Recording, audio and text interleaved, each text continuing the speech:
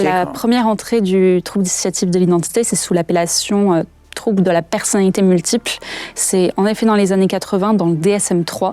Du coup, c'est le diagnostic manuel de psychiatrie. Et en 1994, il change d'appellation pour trouble dissociatif de l'identité. Mais on a les premières apparitions de ce trouble décrites dès 1880 et quelques par un psychologue qui est Pierre Janet, qui étudie notamment le cas du premier patient TDI de l'histoire à l'heure actuelle. C'est 1880 ? Ouais, environ. Là, on t'a appelé Ava.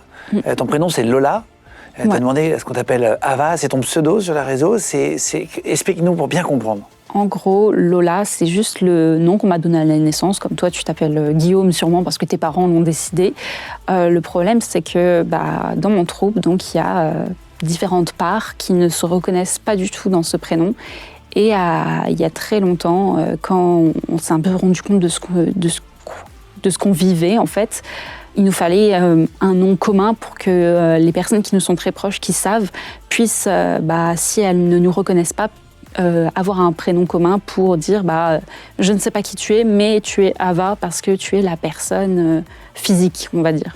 C'est considéré comme une pathologie, une vraie pathologie aujourd'hui psychiatrique, oui. C'est ça ? Le TDI, c'est un handicap, même, c'est reconnu comme tel, que ce soit donc dans le DSM-5 à l'heure actuelle, dans la CIM-11 de l'Organisation mondiale de la santé.